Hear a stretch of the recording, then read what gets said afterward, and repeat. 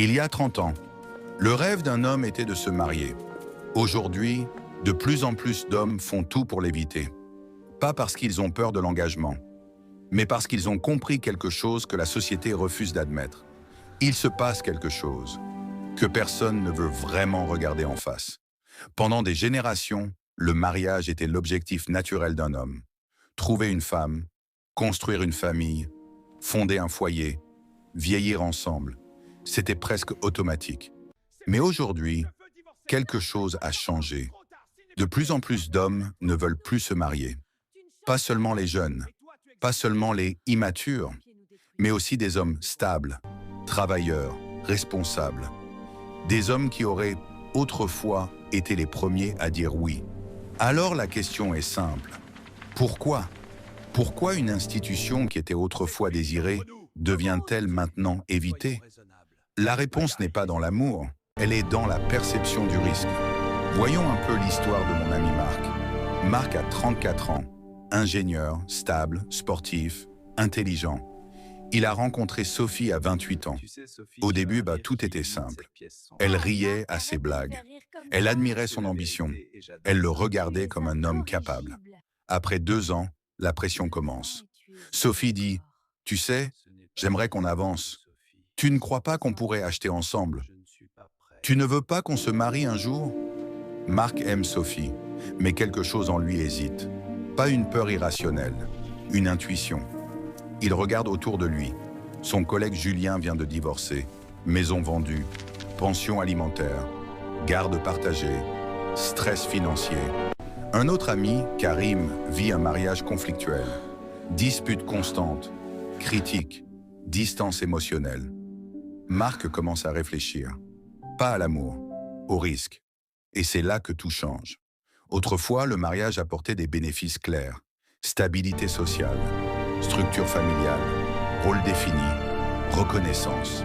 Aujourd'hui, ces garanties ont diminué. Le mariage ne protège plus forcément la relation. Il ne garantit pas la fidélité. Il ne garantit pas la paix. Il ne garantit pas la durée. Et le cerveau masculin fonctionne beaucoup sur une logique simple. Investissement versus risque. Si le risque devient trop élevé, l'engagement diminue. Et l'exemple de David va nous aider à comprendre cela. David s'est marié à 30 ans. Il était amoureux. Il a investi temps, argent, énergie, sacrifice.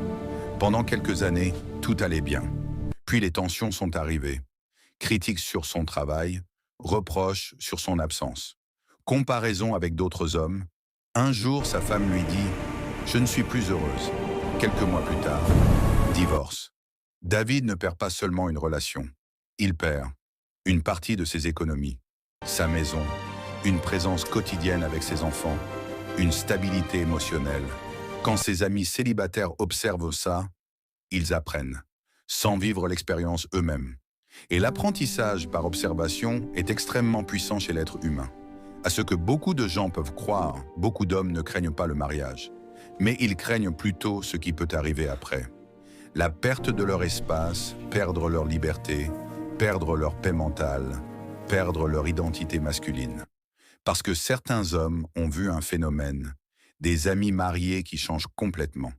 Moins confiants, moins ambitieux, plus fatigués, plus stressés, comme si la relation avait absorbé leur énergie. Et inconsciemment, le cerveau enregistre. Mariage égale perte potentielle de soi. Autrefois, les attentes dans un couple étaient différentes. Aujourd'hui, pour être en couple, un homme doit souvent être stable financièrement, présent émotionnellement, romantique, protecteur, ambitieux, disponible, compréhensif, patient, performant. Puis la pression est énorme, et certains hommes ressentent qu'ils doivent constamment prouver leur valeur. Pas seulement au début, mais toute la vie. Ce sentiment d'évaluation permanente crée de la fatigue psychologique. À l'exemple de Thomas. Thomas vit avec sa compagne depuis 6 ans. Ils s'aiment, mais il refuse de se marier. Et quand sa compagne lui demande pourquoi, il répond simplement « On est bien comme ça ». Mais la vérité est plus profonde. Thomas a vu ses parents divorcer violemment. Il a vu son père perdre sa maison. Il a vu les disputes juridiques. Pour lui, le mariage n'est pas romantique. C'est un contrat risqué. Même s'il aime sa partenaire, son cerveau associe le mariage à un danger qu'il faut éviter. Et les émotions ne battent pas toujours les instincts de protection. Beaucoup d'hommes ont grandi avec un idéal. Trouver la bonne personne, construire quelque chose avec elle, être heureux. Mais la réalité des relations modernes est souvent plus complexe. Réseaux sociaux, comparaisons permanentes, tentations multiples, pressions extérieures. Certains hommes ont vu des couples se briser malgré l'amour. Et ils en tirent une conclusion. L'amour ne suffit pas toujours. À tout cela, on ajoute aussi un changement culturel important. Avant, le mariage était nécessaire pour certaines choses. Vie commune, relations sociales, famille. Aujourd'hui, un homme peut vivre avec quelqu'un sans se marier, avoir une vie sociale riche, construire une carrière, voyager, créer des relations, sans toutefois que le mariage ne soit indispensable. Donc il devient plutôt une option et non une obligation. Et quand quelque chose devient optionnel, le cerveau analyse plus les risques. La vérité que personne ne dit et peu de gens comprennent, à cela ce que les hommes ne fuient pas l'amour. Mais ils fuient l'incertitude. Ils fuient la possibilité de perdre ce qu'ils ont construit. Ils fuient la peur d'investir massivement, sans garantie. Et cette peur n'est pas toujours irrationnelle. Elle est souvent basée sur des observations réelles. Et cela ne signifie pas forcément que les hommes ne veulent plus d'engagement.